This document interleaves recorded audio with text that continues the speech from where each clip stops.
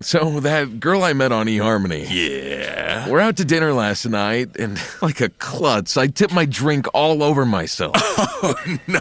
And it's all down my shirt. A horrible stain. So embarrassing. And you'll never guess. What? She smiles, picks up her drink, spills it all over her top. So now we're... No way. Amazing, right? At eHarmony, you'll find someone you can be yourself with. Get who gets you on eHarmony. Sign up for eHarmony today. Finding someone that understands you is hard because you're human, and there's a lot of different humans out there.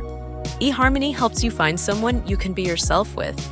You think no one would understand mourning a plant like it's a loved one, or singing made-up songs to your dog, but that's the type of person eHarmony helps you find. Someone who makes you feel seen, heard, and understood. Get started today on eHarmony. Get who gets you. So that guy I met on eHarmony? Yeah. We're out together last night, and I step off a curb and snap, heel breaks right off my shoe. Oh, no. So I say, hell with it, take them off so I'm barefoot, and you'll never guess. What? He leans over, takes off his shoes and socks, and now we're both... You're joking. Amazing, right? At eHarmony, you'll find someone you can be yourself with. Get who gets you on eHarmony. Sign up for eHarmony today.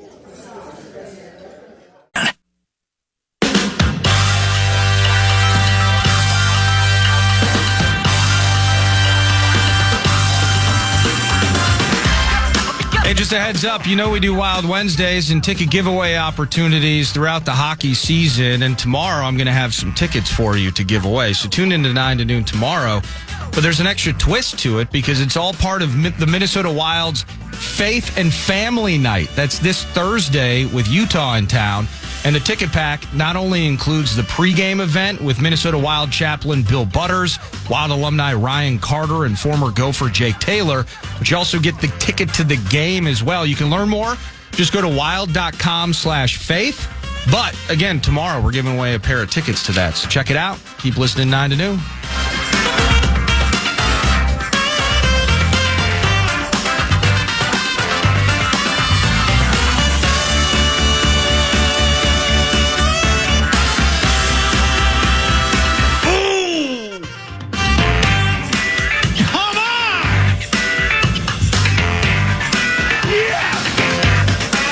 Doink.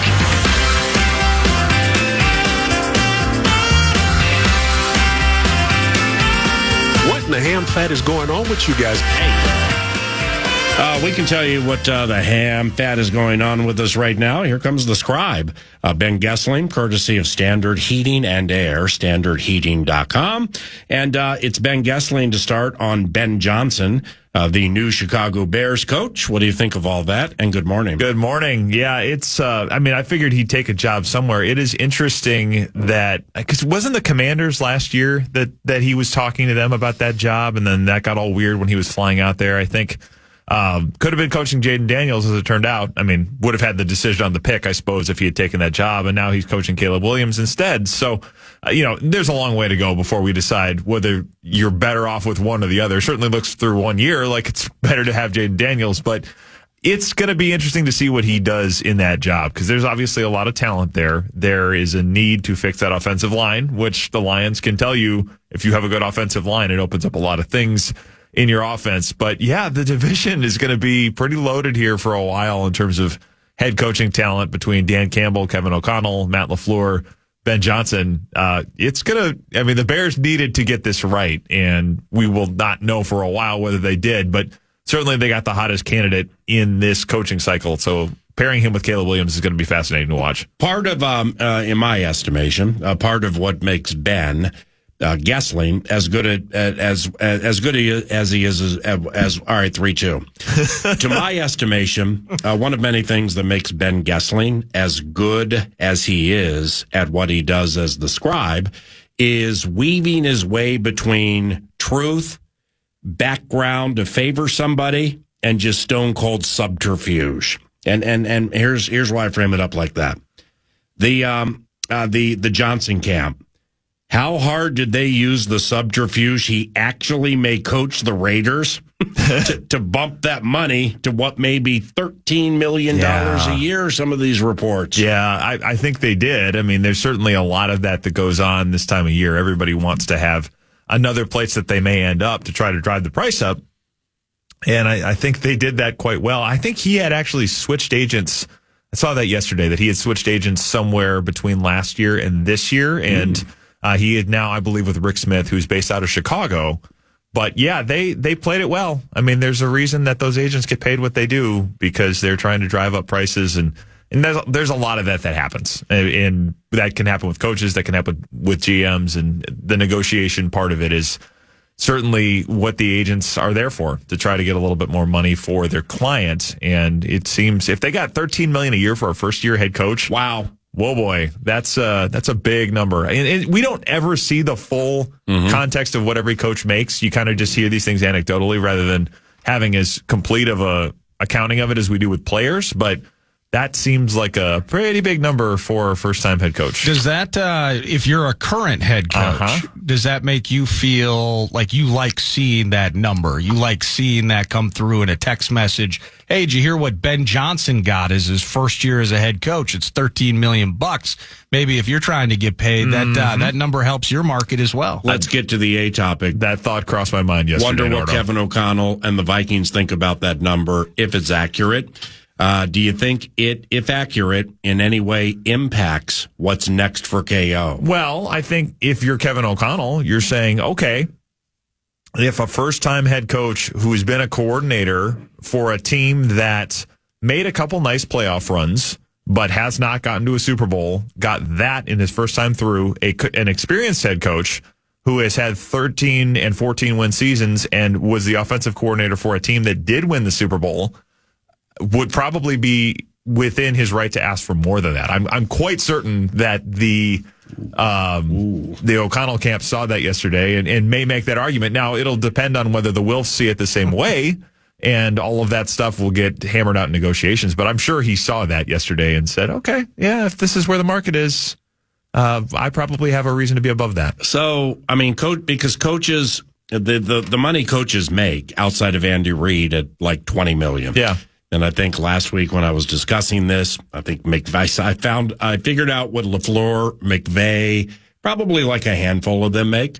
But not knowing what our head coach makes now. Yeah, I don't know either. I say it's a 5. Say it's a 5. Sure. A 5 to a 14. I mean, that's exponential. Yeah, it is pretty big. 5 to a 13.5 is, that's pretty exponential. Yeah. It's generally speaking, what is the normal, like, second, like the second contract? Like a 4 or a 5 to a 6, 7, or an 8? I mean, just, you have any idea? Yeah, I think it's probably more like that, but this stuff seems to be, I mean, like all of it, it's changing pretty quickly, and you hear some of these head coaches getting what they're getting. I even wonder, I mean, I remember when Sean McVay won the Super Bowl, there was starting to be all of this talk about broadcasting contracts, and those are getting to be $18 million a year from the networks. So if coaches like Sean McVay have those types of options available to them in jobs that are not the ones that they're currently in, that is going to impact their market too. So O'Connell would be better than Brady.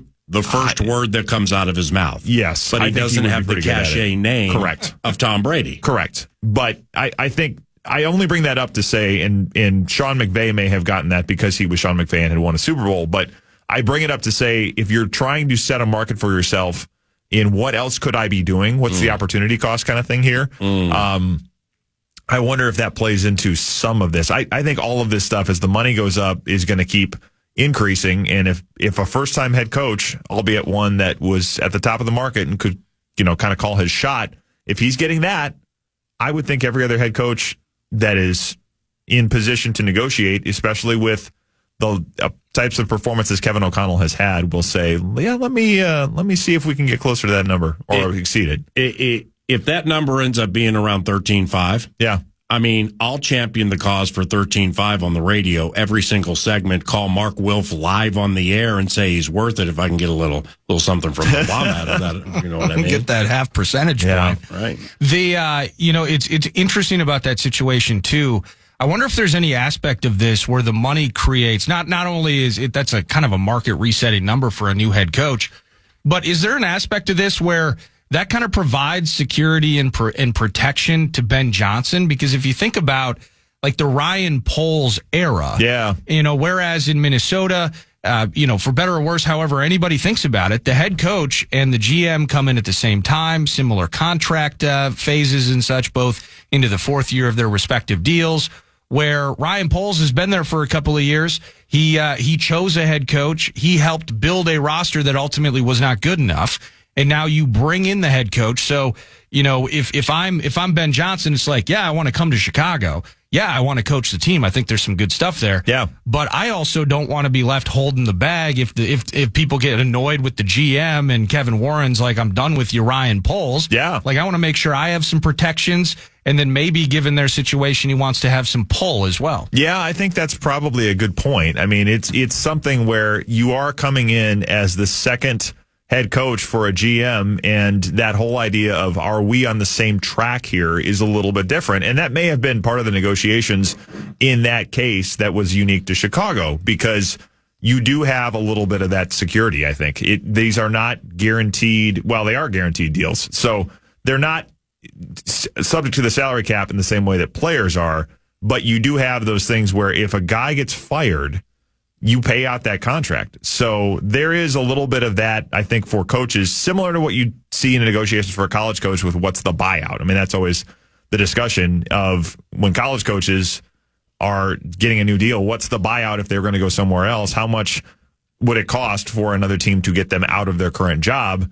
And in NFL contracts, it's what is the guaranteed money? What is the number of years that I would have left if I get fired? I mean, coaches are thinking about that. Owners are thinking about that. So, yeah, I think that's probably right. If he's going into this situation and saying, hey, it's obvious that there's not as much long-term security or reason for it because the team hasn't won, I do want to have a little bit of cover for myself that even if I get fired, I'm making quite a bit of money in the years that I'm not here if that were to happen. I'm not expecting that you have spent hours poring over each of these teams, but is it just obvious? Are the Bears are they the best opportunity this offseason? So you got the Cowboys. It sounds like Aaron Glenn's going to the Jets. The Jaguars is still open. Robert Saleh getting a second interview, et cetera. It was the best. And even in comparison to the Cowboys. I think so. Overall, that was obvious. And then, of course, the Raiders and the Saints. But it's just absolutely the Bears in this case. It is because of the quarterback, I think. I mean, I don't know that I would look at the ownership and say, oh, yeah, this is absolutely the place to be. I mean, there's been plenty of issues with the McCaskies putting a winner on the field. But if you are sitting there saying, I already have the quarterback, as opposed to I have to make a decision on Dak Prescott or I have to make a decision on Aaron Rodgers, instead of that, it's I have a second-year guy who showed some things in year one and is better than anybody that's in this quarterback class, because this is not as deep of a quarterback class, or at least not thought to be as deep of a quarterback class as we saw last year. If you're walking into that situation as a first-time head coach saying, I've already got my guy, now I just need to develop him, I think that makes it a more attractive job than a lot of the other ones out there. Would you enjoy, that's a tough question, but do the beat writer for Dallas Morning News, would you enjoy covering the Dallas Cowboys? I don't know that. I don't know that I would. Okay, stop. Okay. Well, then how in the hell would anybody want to coach that team with Jerry Jones? Yeah. I mean, seriously, it's like I read about Deion Sanders, and the first thing I think of is, boy, that's going to be really fun following them sharing a microphone. Yeah. It'll be like Bursich and I during the Miracle Call. Yeah, I mean, there is a little bit of that thing if you're coaching that team of knowing Jerry Jones is going to talk all of the time. And before the coach. Correct. And he's going to say what he wants to say. That is, you exist in a different ecosystem in that job, I think, than any job in the NFL because of who owns that team. So, I mean, if you're covering it, I suppose it's kind of interesting because he says things all of the time, and you don't get that kind of access to the owner or the GM, and in this case, it's kind of both. So that would be sort of interesting, but it is a little more of a soap opera environment than just about anywhere else in the NFL because Jerry Jones is not one to shy away from that attention. So if you're coaching there, it does add a different dynamic than I think you're going to find in any other of the 31 teams. And of course, he owns the Cowboys. Yeah. But so therefore, the only one to reprimand this situation would be the owner of the team. But I still am just shocked that he gets to talk to the media before the head coach and or players talk to the media. Yeah. Because he's the GM. I mean, it's unbelievable, the con. Well, I was curious too. Now the Bears were an interesting. We were joking about it yesterday, Ben, because they interviewed like 15 different people for the job, and I mean Eddie George. Basically, have you played football? Kevin Warren. Have you played football before? Well, do we have an opportunity for you? I mean, it was out on the job aggregators, etc. All jokes aside, though. Does it tell you anything based on how they almost hired Purple Persuasion? Correct, absolutely. The people that a team interviews, does that tell you a bit of the story as well? So you got, a guy like Kevin O'Connell comes in here. He's young. He is an offensive coordinator. Similarly, now you have Ben Johnson in Chicago, but with the Cowboys, for instance, it's Brian Schottenheimer. Yeah. 50-year-old. He's been long time, bounced around. He's been in the league, but a 50-year-old guy. Leslie Frazier did an interview, former head coach here, of course, longtime defensive coordinator. Kellen Moore with at least OC experience in his time in Dallas, so he's by far the youngest. And then Robert Saleh. So it's like you can kind of read through the tea leaves in terms of, if you're Jerry Jones, you want to win games and win Super Bowls and star on everybody's helmets and everyone's merch.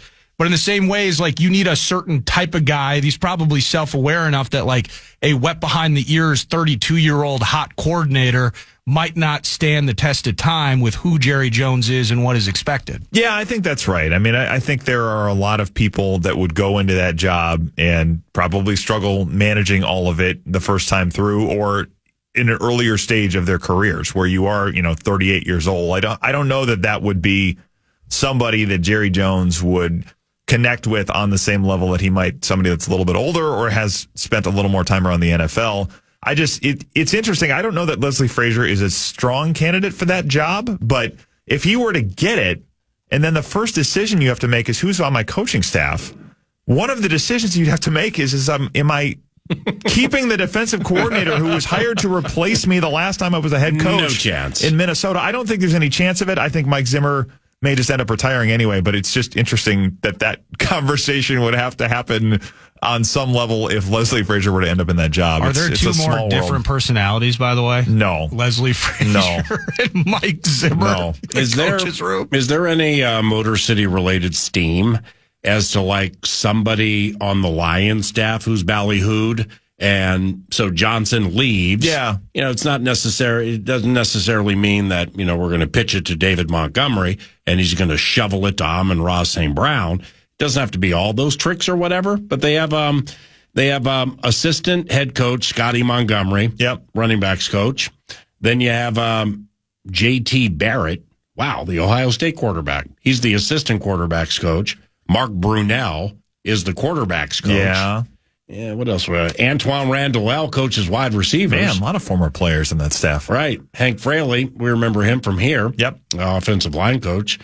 I wonder if they hire from within, or if Ben just poaches the staff and gives them fat raises. Yeah, I mean, either of those could be possibilities. Hank Fraley is an interesting one because I think he was interviewing for the Seahawks job alongside Grant Udinski and Clint Kubiak. So there's a lot of former Vikings interviewing for that job, for the OC job in Seattle. Wow. Yes. So and Grant made a second interview, Grant right? did get a second interview, yes. Oh, did they hire somebody? Is it over? They haven't done it, to my knowledge, so he may still be a candidate there. But yes, Hank Fraley was in the mix there. I generally think if more you're closed-door meetings and teams losing. Yep. Yeah, funny how that works. If you're an O-line coach or a QB coach, I would think you're somebody that's in decent shape for that job. Mark Brunell is an interesting one to me. I wonder if, I don't know specifically how they feel about him, but obviously Jared Goff has played extremely well. I would think Mark Brunell, if he wants that job, would be somebody that would be a strong candidate for it. I think Hank Fraley would be somebody they'd look at pretty strongly as well. Again, because that O-line, I mean, it's a lot of talent on that O-line, but that O-line's been pretty good. And Hank Fraley has coached long enough now. I mean, he was here back with Norv Turner, so he's been in the league coaching for 10 plus years, I think, at this point. Man, that goes fast. But Yeah, I think he'll be somebody they would look at if they're going to do it from within. I would think they'd try to do that, try to go from within because they've had such a good thing going. But yeah, those would be the first two names that, as you read through that list, that come to my mind would be Brunell and Fraley. I remember over the last couple of years, Keenan McCardell's name has popped up in terms of potentially, moving from a position coach to getting a coordinator opportunity. Yep. Any hubbub this time around in terms of Keenan McCardell, wide receivers coach, maybe looking for that step up with another team? Well, there's a lot of that with this coaching staff with the Vikings in general. I think he's going to be a candidate. I would not be surprised if he gets a look for some of these teams as these coaching hires get made and everybody starts to fill out their staff, kind of this next wave of where this goes. I think he would be somebody that will get a look. I think, Josh McCown's name is going to keep coming up. I don't know that he'll leave for a coordinator job somewhere, but he's thought of highly around the league. Grant Udinski is starting to get more attention around the league after, some of the things that he has done in Minnesota and the way Kevin O'Connell talks about him. So there are a lot of these coaches that I think are going to be candidates, and, we'll see what happens with Brian Flores.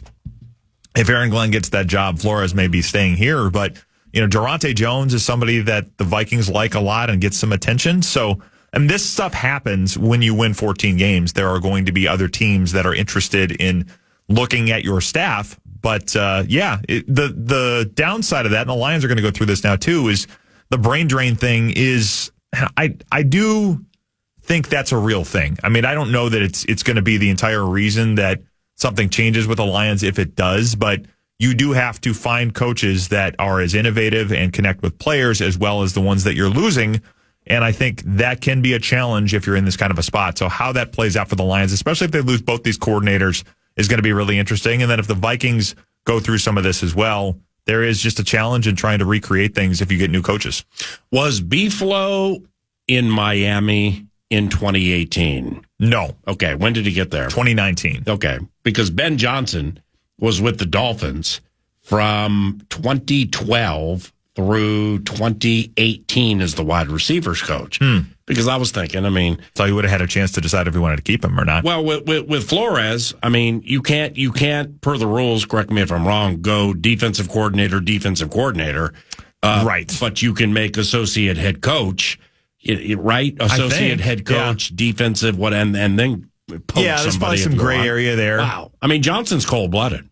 If Flores gets shut out, he'll probably be, okay, cool. Who's the special teams coordinator for Green Bay? All right, we'll take him. Yeah. Who's the defensive coordinator for the Minnesota Vikings? We'll take him and put the associate tags on him to try to fortify his covenant and wreck others. Well, maybe. Can you the question of associate head coach or this always comes up with if somebody's going to be a passing game coordinator on offense. Is that enough of a promotion that you can't block somebody from trying to take it? I don't know if Flores would take that job. That would seem like an odd move for him to move defensive coordinator from a place that he's kind of gotten established to defensive coordinator somewhere else for a team that didn't hire him. That would seem like an odd move to me. But yeah, whether they could block him from doing that if they added associate head coach to it. Yeah, I don't know exactly the rules on that. My gut would say that they probably could block him, and I think it may not matter because my guess is Flores would say, "Nah, I'm good here. I'm going to stick with the job I have." If it's that kind of a thing between Minnesota and Chicago. Any chance the Minnesota Vikings extend Kevin O'Connell and not general manager Kwesi Adofo-Mensah? I think there's a chance of it only because, let's be honest, O'Connell has a lot of leverage. There's a lot that we've seen from him the last couple of years that has created a market for him and has created an opportunity for him to do very well in these negotiations. I think they will extend both. I think they're interested in extending both. Is it the same length of extension? I don't know. It wouldn't have to be. If you're saying I'm going to give 5 years to one and 3 to another or something like that, they're on the same page and, for the first couple of years of that. And then you can always go back and say, okay, we're going to address the second contract later. But the thing for Kwesi is, the draft results are not there. He has not done well enough there to be able to go into a room and say, okay, look, I did this, and this is a big reason why I should get this long-term deal. And it may turn out that Dallas Turner, J.J. McCarthy are hits, and he can come back and say, yes, these are the reasons why I'm worth X number of dollars and all of these things. But that's not there at the moment. And free agency obviously was a lot of wins for them this year.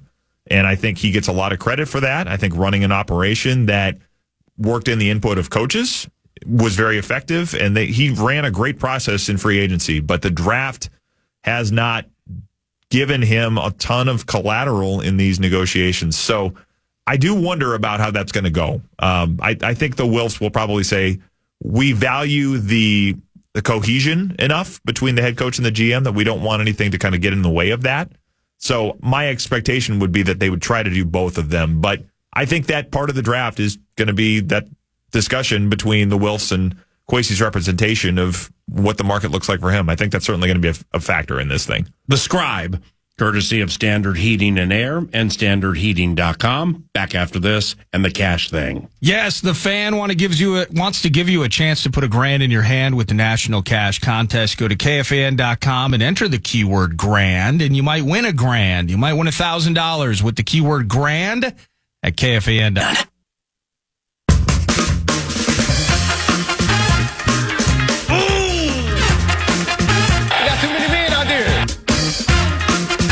Vikings. Okay, calm down.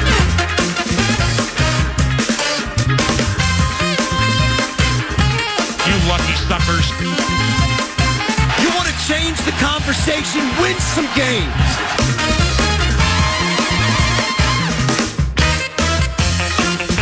Welcome back to the show.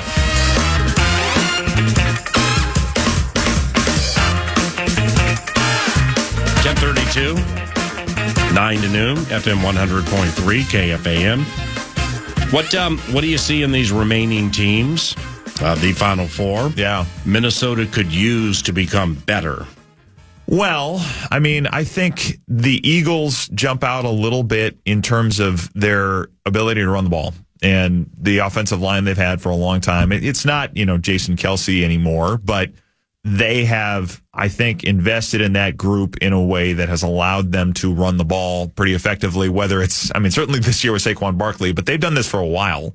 And I think those investments up front have allowed them to do a lot of things pretty effectively. I think the Vikings will try to not copy directly, but I think there's a realization that an investment at the guard position is going to be necessary, and I expect they will make it, and I expect they will make it pretty significantly. So I look at a team like that and say there's some things to copy here. Not that this is going to become a team that runs the ball all the time, but I think they know they need to do it better, especially if you're going to have a rookie quarterback playing back there. You have to make it a better support system for him. So, I think some of those things with Commanders probably too, of how do we set up a young quarterback for success, a guy that was in J.J. McCarthy's draft class. I think there's probably some things to learn there, and it's going to look different in a Cliff Kingsbury offense than it will in a Kevin O'Connell offense, but I think some of those things come to mind. And then, obviously, with the AFC games, it's two of the very best quarterbacks that drive the bus in this thing. Obviously, Patrick Mahomes doesn't need any introduction or hyperbolizing from me. His resume stands for itself.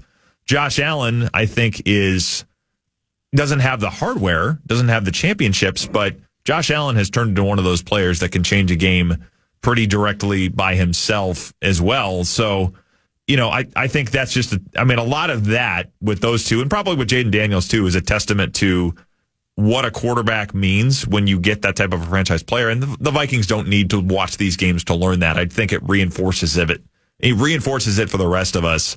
And how you set up a quarterback for success, I think the Eagles probably show a little bit of a template there. Of the four, I think that one sticks out to me the most. It's just how do you set up a quarterback as well as they have done it with Jalen Hurts. I would maybe make the argument of these four quarterbacks, if you're asking me which ones I want, I would put Jalen Hurts at the bottom of those four. Mm-hmm. But you mean for the rest of their careers? Yeah. Oh, it's Daniels. Yeah. In terms of the one you want the least? Oh, no, the most. Okay. Yeah. I'm saying Hurts would be the one I want the least of those four.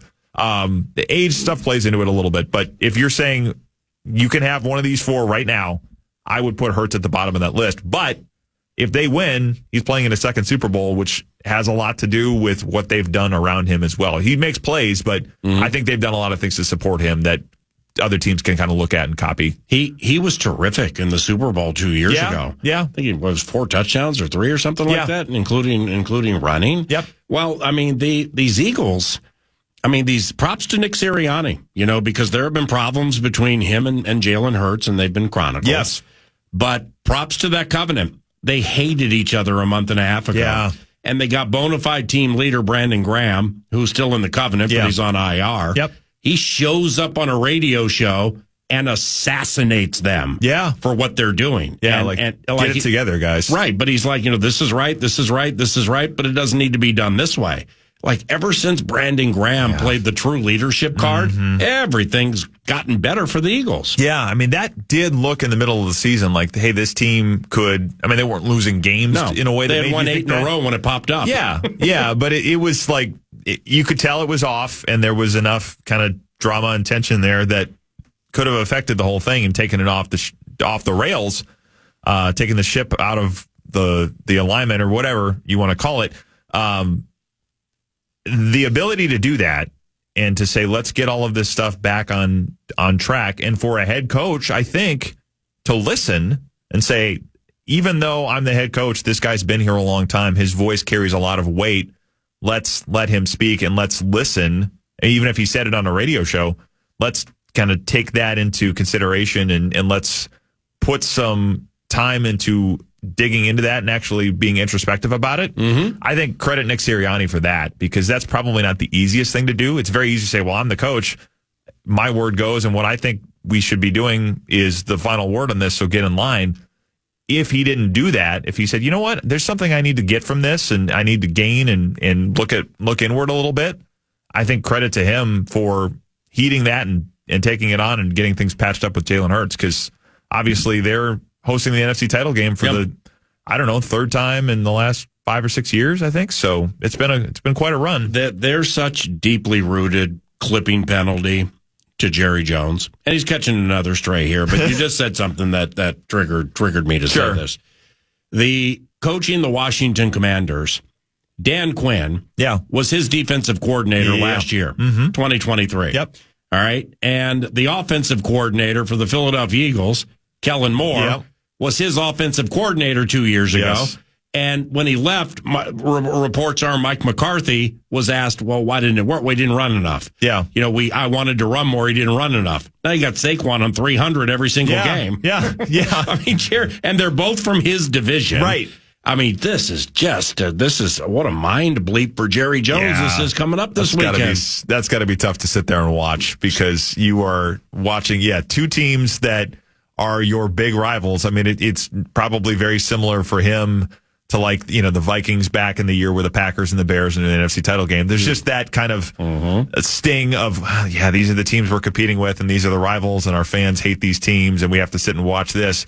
But yes, when you add the two people that have had a lot to do with these two teams being here, were in our building, and I let them go, that certainly adds another layer of sting to the whole thing. And from the divisional round, granted the Rams lost, but you got 92 Neville Gallimore, who was a Cowboy last year, out there making massive plays. Yeah. He just can't do anything right. All he does is give. Everybody else around the league is impacted by the generosity of Jerry Jones, I guess. You'll remember this. I know Nordo does too. But it just shows, with Dan Quinn, how not only can the worm turn, but the more things change, the more they stay the same. It's just the ways and means become rearranged. And here's what I mean. You happen to remember how happy Atlanta was to see Quinn go? Yeah. When they came to a fanless U.S. Bank Stadium in 2020 for their first game with interim coach Raheem Morris. He takes over after every big play because you could hear everything. Yep. They were frolicking as if they had just won the Super Bowl. They were so happy for Quinn to leave. Yeah. And now Morris and Arthur Blank get to watch Dan Quinn in the NFC title game. Yeah, it is. It's Funny quite how a that worm turned. Yeah, and if the Commanders win, Dan Quinn will have been a head coach for two teams in the Super Bowl. Now, the first one didn't end well. Holy cow. He coached the 28-3 bench. He did. Oh, wow. With his offensive coordinator, Kyle Shanahan. I forgot. So, yes, there's there's a lot of interesting connections there. But yeah, what do you make of Dan Quinn as a coach? He will have a chance this weekend to go to a Super Bowl with a second team in the course of like the last 7 or 8 years. It's pretty wild. Well, I mean, has a team ever had the second overall pick in the draft and been in the conference championship game the same year? I mean, there's an easy one to figure out, there's but it'll take probably a little while. couple, but it's not very common. And even just the turnaround for that franchise. I mean, that was the team 2 years ago that everybody would have said, this is the most dysfunctional place in the NFL, and it started with Dan Snyder. It started at the top, but ripping off fellow owners with money paid out that they were supposed to get for playing at the stadium. Yep, and then the stadium is crumbling. I mean, the guardrail fell down when they're coming off the field a couple of years ago. On Jalen Hurts. Yeah, yes, and there's all of these things where you just look at it and say, what a mess. Yeah. And there's still a long way to go. The stadium is a question for them. Are they going to put one in the district? Please do. I should be back at the old RFK site, but their facility's old. I mean, I spent enough time in Northern Virginia that I did some sidebar duty to go out to that facility in Ashburn. It's not terribly nice. It needs some upgrades. That'll happen over time. But when you change the ownership, you change the front office. I mean, Adam Peters has done a great job there. You change the head coach, you change the quarterback. You get those things in line. GM, head coach, quarterback especially, and you have owners that see the alignment of this is really important. That can make a massive difference for your franchise. And I think the Vikings know that with the group they have as well. But the Commanders and the work they've done with that group since Josh Harris bought that team is a pretty strong testament to that. Is it bad for the Vikings and their fans if the Buffalo Bills win a Super Bowl, given Minnesota has gone 6 1/2 decades without a crown? Well, I mean, those are the two teams that are both 0-4, as Vikings fans are probably throwing things at their radio. We know. We don't need you to remind us. Yeah, I mean, I suppose there's that. If they were to win it, then the Vikings are the last one in that 0-4 group. I suppose the comeback to, teams like the Lions and the Browns is, well, at least we've won an NFC title. I mean, try that sometime, I suppose. But that's great. Yeah, I mean, it'll be interesting to see what the reaction around here is like to that, because the Bills, if they go, it would be the first time since those 4 straight in the 90s that they lost. So they could get off the schneid, or they could be the first one to 0-5, and maybe that's a little bit of consolation to Vikings fans if they were to get in and lose it. I think if they get in, they're going to have a great chance to win, because I think the best teams left in this field are the ones in the AFC title game. But that's going to be pretty fascinating to watch. If it's Bills Commanders, that is a rematch of the Super Bowl played at the Metrodome in 1992. Super Thurman Bowl Thomas 26. forgot his helmet on the sideline. Yep, Mark Rippon leading the then Washington Redskins to the Super Bowl championship in the Metrodome. You're elite, and we will see you next week if you have time, all right? Yep, sounds great. Ben Goessling, thank you, Standard Heating and Air and StandardHeating.com. News du Nord's around the corner. Then a Lions Vox Dan Miller occupies our metaphorical, therapeutic Davenport of love at about 11:05.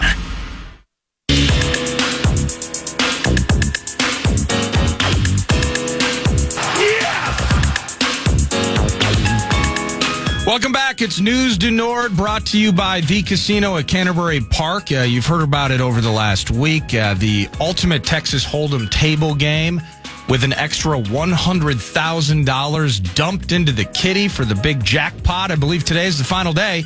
So check out Canterbury, feel the felt, poker, blackjack, and a lot of those table games, as I mentioned, having sips at chips. And on a cold day, what better place to be than future and fast friends, the amazing people at Canterbury. Amazing for the Minnesota Wild, who had lost 3 straight. They're on the road at Colorado. Everyone's hurt. Man, we need to pick me up on a matinee Monday. Hartman carries it, drops it off Faber, has a clean look, and he scores! Brock Faber, high glove, and the Wild have another one in Denver. It's 3-1 Minnesota. Yeah, it was pretty sweet. We talked about it in the open. It was Yakov Trenin with the assist from Juracek that made it 2-1. It was tied in the third. McKinnon, I think it was Middleton in the first, McKinnon in the second, and then it was Trenin and Brock Faber, the goal you just heard, within like a minute and a half of each other in the third. That made it 3-1. And the Minnesota Wild stopped the losing streak, stopped the bleeding, and it was Brock Faber with that tally there. And now they come home tomorrow. They are going to be, on Thursday, they're going to be hosting Utah. And I know some moves are being made in practice, and I see Russo on X alluding to potential injured players coming back and being healthy. So I like that. I like the positive news for the Minnesota Wild. I did want to mention this. I mentioned it at the beginning of Goessling. The Minnesota Wild, I'm going to be giving away tickets to Thursday night's game. I'm going to be doing that tomorrow on a Wild Wednesday. So I got a couple of tickets for you, but it's all part of their Faith and Family Night. The Minnesota Wild's Faith and Family Night is indeed Thursday. I have a ticket pack that's going to include a pregame event with Minnesota Wild chaplain Bill Butters, along with Wild alumni Ryan Carter and former Gopher Jake Taylor. And then, of course, tickets to the game and that event all packaged up. So you can learn more at wild.com/faith. But the key here on a matinee Monday is the Wild got out with a W, and it's going to be Vox in the Box on Thursday. We'll get to see Russo and everybody involved. It's going to be a blast. 4-10-1 now against Western Conference playoff teams. Beating Colorado, to a certain extent, Vegas, Dallas, Winnipeg. Winnipeg and Dallas specifically been a little bit of a problem for the boys. Yeah. But they got an overtime victory recently against Dallas, and now they get this victory against McKinnon. And middle of the game, I think Colorado had 4 or 5 shots, and then went like 11 minutes and change with either 1 or 0. So, I mean, the McTockets of the world probably could describe exactly what happened in every single shift and sequence during that time. The 9 to noon approach takes us to The Athletic or theathletic.com, story written by Joe Smith, and read that this morning where he talked about they had a meeting. It wasn't like a players only bit. It was in Denver with head coach John Hines, getting together with the players and just chatting off on the side about solutions. And out of it, Middleton said, and some others said, they just were more intent with their aggressiveness. They were more intent with how hard they played in taking the play to the adversary. And, they had a problem in third periods, I guess. That wasn't a problem. They were able to hold a 2-goal lead and keep it 2. Fleury, this is FEWA, Fairness and West Walls Act. I'm stealing this take from him. It's Fleury when there be a shot saved by Marc-Andre Fleury.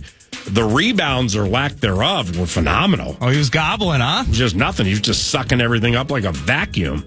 So Walsey pointed that out. Subsequently, yours truly watched it the rest of the game. HOF performance by the HOF goaltender. And now Utah on Thursday with a 9 to noon. Box in the box. Indeed. On to the Hoops team. The Hoops team, so the hockey team, really the last year and a half, PAs, had a hard time beating those squads that you mentioned. Yeah. We need that to happen. The Minnesota Timberwolves are having a hard time getting over the finish line against Memphis and a couple other teams in recent weeks.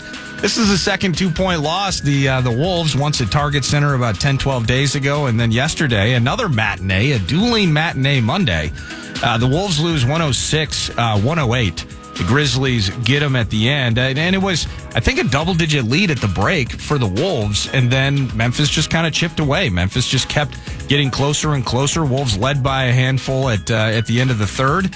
And it was indeed the Memphis Grizzlies that got out alive. Desmond Bane was hot from behind the arc. From our team, albeit in a loss, how about Rob Dillingham coming off the bench, less than 20 minutes, but he was 6 of 8, had 15 points, shot some nice threes. Thought it was his best. I haven't watched all of his minutes, but everything I've watched, it was his best game of the season. Yeah, in totality, though, the team shooting less than 40% from the field. That's not going to get it done. And the free throw woes at times for the team reared their ugly head yesterday. They were 20 of 27 from the line, less than 75% as a group. So hit your free throws, you win that game. But in the end, you're going to have to tell me, I don't have it in front of me. Are both Kyrie and Luka still out? Is one of them back? I thought Luka might be a longer sweat than Kyrie, but the Wolves, I bring it up, they're at the Mavs tomorrow. Kyrie back. Probably played, I'd say, 3, 4, maybe 5 since being out a couple of weeks. Luka's still dead. Gafford had a big game yesterday, the former Wizard. So it's at Dallas. It's a nationally televised game. The Mavericks are in need. I mean, not like they care, because you just know they believe with competitive arrogance. Yeah. If they have Luka and Kyrie and PJ and Lively and Gafford, and Clay's new to the mix. So Super Special Clay's new to this mix. Let's see how that works in the postseason, because he's used to running with Steph, and they're not used to running with him in the postseason.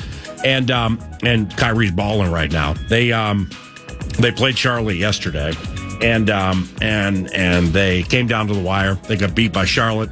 Charlotte and the Detroit Pistons are low key, as the kids would say. Some emerging positive stories in the NBA. Detroit went to Houston yesterday, whooped them. I mean, double digits up, got down to 6. Whooped them Van Ginkel style? Whooped them Van Ginkel style. They whooped them Jalen Duren style. And, man, that kid's good. Holy cow, who knew? But, yes, I on MLK Day, it's if you like the association, which we do, it's wonderful viewing during the course of the day. Games all day. Yep. So I did watch some of Kyrie against Charlotte. Your guy, Miles Bridges, playing out of his mind. LaMelo Ball, out of his mind. The Martin, who doesn't play for Philly, Cody, out of his mind. And then that moved into the Hal, Dillingham, playing great. It was strange to tie the game or win the game, how they started in the back court right at the end of the game. But I guess maybe to get Anthony with a full head of steam so he can do his thing, maybe that's the best way to do it. We fully expect Chris Finch to join 9 to noon tomorrow. Perhaps that will be included. And the Golden State Warriors last night took their worst home loss since Steve Kerr's been coaching the squad. Wasn't it 40-plus to the Celtics? Yeah, it was. Yeah, that's right. Yeah, they just got absolutely crushed. Wow. Couple more things for you here to wrap up. News du Nord, the Ben Johnson to the Bears. We talked about that, and we're going to talk about that next segment. But the other Ben Johnson is in Gophers Hoop Squad, and the Parker Foxes, they're in Iowa tonight on the Fan at 8 p.m. So you're going to hear Gophers at Hawkeyes tonight at 8 p.m. And then finally, Buckeyes win the national championship last night. Monday nights, I kind of wish they would push that maybe to a Saturday night, push it to a different spot, but whatever. The Buckeyes beat the Fighting Irish 34-23. Notre Dame scored on their opening possession. They marched down. It's like, this thing's going to be a barn burner. Let's go Irish. I thought they were going to take the entire first quarter with that 18-play drive. Absolutely. And then, it was 31-7 Buckeyes before the Irish sniffed the end zone again. The Buckeyes won their 6th national championship, 42, 54, 68, 2002, and their first since 2014. Kind of a historical Big Ten finish, apparently, to the Associated Press as well, as the Buckeyes end the season number 1, Oregon number 3. I guess we had to import that one. And then Penn State number 5. 3 of the top 5 Big Ten teams finishing in the overall season rankings. Irish coming up short, but the national championship was a big one last night, and Ryan Day's team. There was a time, and I wish, we're not an institutional town when it comes to college football, right? We ain't Tuscaloosa. We're definitely not Columbus. But I remember they've lost to, Ohio State has, I think it's now 4 straight times to Michigan. And there were actually people that at a high level talking about college football the way that we break down the Vikings into a weekend. They were actually pondering the idea that Ryan Day, even winning a national title, that wasn't necessarily enough to keep him around because they had been getting their butts kicked by Michigan. Just kind of put that in your head for a little bit. Rivalries, that's the great thing about college football, and even at the pro level, border battles and all of that, totally get it. College football can be a different beast at its highest form. But the idea that he's hoisting a national title, they're first in a decade, by the way. Yeah. But he's lost to Michigan 4 times, PA. So, I mean, when those contract negotiations come up, you got to consider it. Hoisted the first trophy, 6th in the program's history, first in 10 years. Hasn't gotten over that Michigan hump. What do we do? That is your calls. If that's true, and I believe it to be true, I mean, that is rivalry related valor as the better part of discretion. 10 of 10. That means you have Ohio State family members and friends that are so perplexed and upset that they keep losing to Michigan, that you're just beaten down from it. Yeah. I mean, you're hoisting the national championship. I'm sure he'll be fine. But you didn't beat the Wolverines. It's 11:01. Dan Miller, super talented box for the Detroit Lions, recognizes 9 to noon. Has been in these spots many times before, and we're here for him with the therapeutic Davenport of love. Let's chat about that and his Motor City Kitties when 9 to noon continues on KFAN